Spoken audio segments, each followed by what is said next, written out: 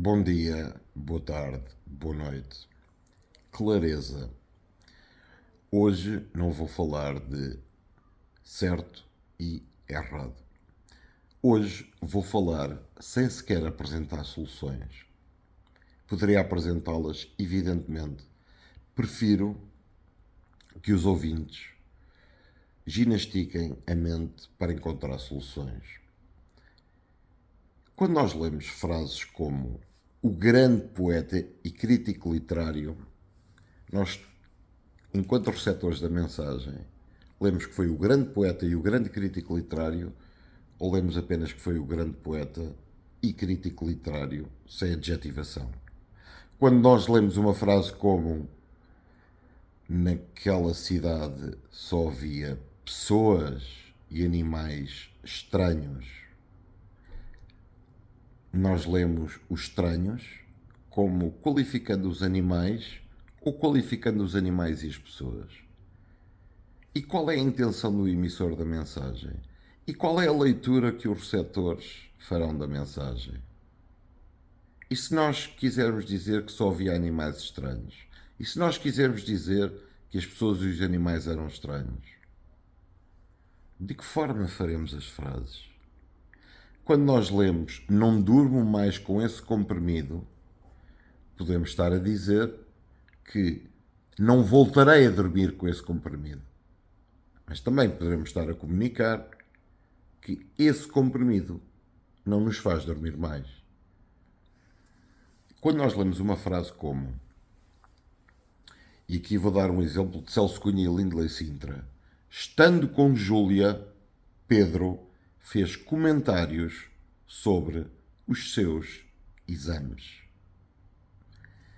Seus exames. Seus. Podem ser os exames do Pedro, os exames da Júlia ou os exames do Pedro e da Júlia. Há três possibilidades de leitura. Claro que poderemos estar incertos num contexto absolutamente cristalino que nos diga de quem são os exames.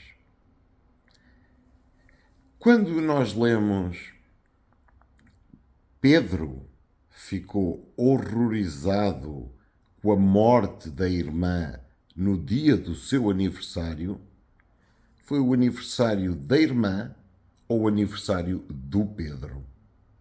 Eu disse que não daria soluções, mas nestes casos é muito simples, utilizando dele, dela.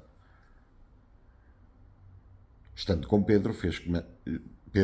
estando com Júlia, Pedro fez comentários sobre os seus exames, podem ser os exames dele, dela ou até de ambos, dos dois. Quando nós lemos numa dedicatória, dedico o livro, na dedicatória podemos ilidir, rasurar e ter só a meus irmãos, vírgula, Pedro e Sara. É dedicado aos meus irmãos, ao Pedro e à Sara, ou é dedicado aos meus irmãos, dois pontos, Pedro e Sara? Nós muitas vezes temos dificuldade em ter olhos virginais, em fazer uma vista aérea com absoluta nitidez de que aquilo que estamos a escrever permite mais do que uma leitura. Isso é perfeitamente desejável em alguns casos, mormente na poesia.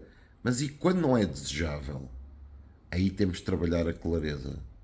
É muito difícil para quem escreve perceber que na sua cabeça algo significa A, mas que no que está escrito pode significar A e B, ou até A, B e C, como no caso de Estando com Pedro, Júlia fez comentários sobre os seus exames.